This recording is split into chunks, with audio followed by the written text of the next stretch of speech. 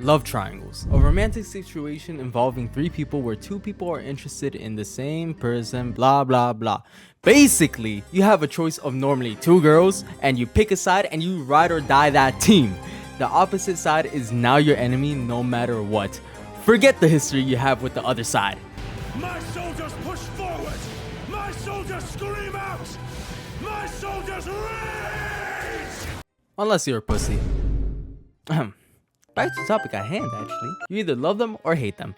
It adds a certain element of spice to the story, as now viewers are split into 2 camps, and once you see that girl start getting closer to the MC, you start cheering like they're your own damn kids. And that joke is fun as fuck. However, if it's dragged on too long, it becomes extremely stale and boring. Like, god damn, bro, just pick one already, big bro. It's been hundreds of chapters. And if the girl you were rooting for loses as well, shit, that might be grounds to drop the entire series.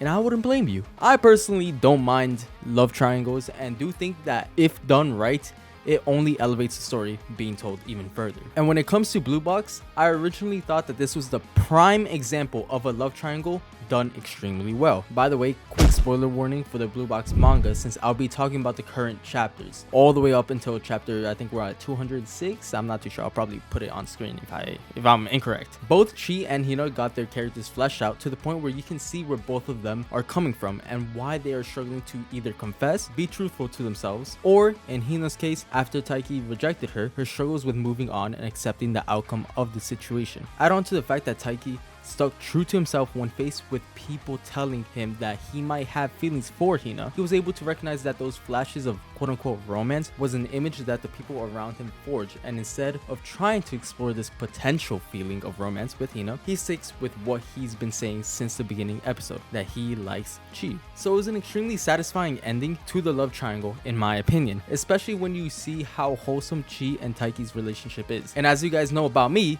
I am addicted to romance manga that have cute and wholesome couples like Fragrant Flower and Dangers in My Heart. Both peak. If you haven't watched, 100% recommend. So I was eating these chapters up while also cheering for Hina as well, since she was making an effort to move on. And for a while, it looked like she was actually making pretty good progress with accepting that Taiki was simply a friend now and nothing more. And once we learned that Haruto liked Hina, I was like, oh shit, hell yeah, I'm shipping them already, yes sir. The only thing that was annoying me was Ayame and Kyo. Like, please get together, man, you're killing me.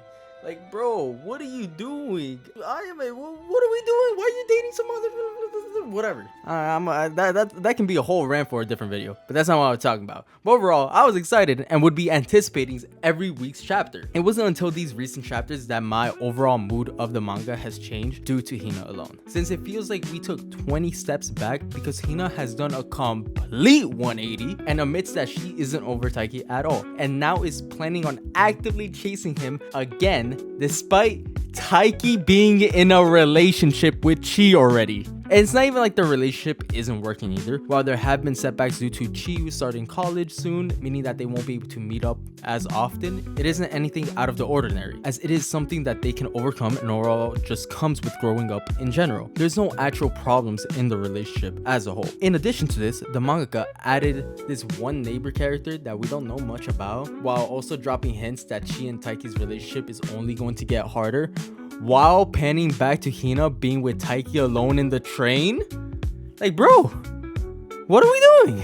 This is the same reason why I dislike Yui from Snafu, because actively going after a dude that is in a relationship is insane to me, and I just can't respect it. Having a switch this deep into the story feels a bit off to me, as in my opinion, this entire Hina desperate arc, yes, that's what I'm gonna call it because that's what it is more for immediate added drama rather than pushing the story forward. It doesn't develop the character at all, as it has already been over a year since Hina's original rejection, and if she was going to relapse back into chasing Taiki, I feel like it would have fit better if it had had been done earlier in the story, like a couple chapters before Taiki and Chi's confession to each other. To be honest, I really do like Hina and her interactions with the rest of the cast, so it hurts seeing her not care about Taiki's relationship and only about her feelings, as all it does is amplify her selfishness to the audience, which she has shown back when she was originally being rejected by Taiki, where she would rather not have him answer and keep him in this limbo of undecided in order to protect herself from being outright rejected, despite the entire situation troubling Taiki. I just don't really see the point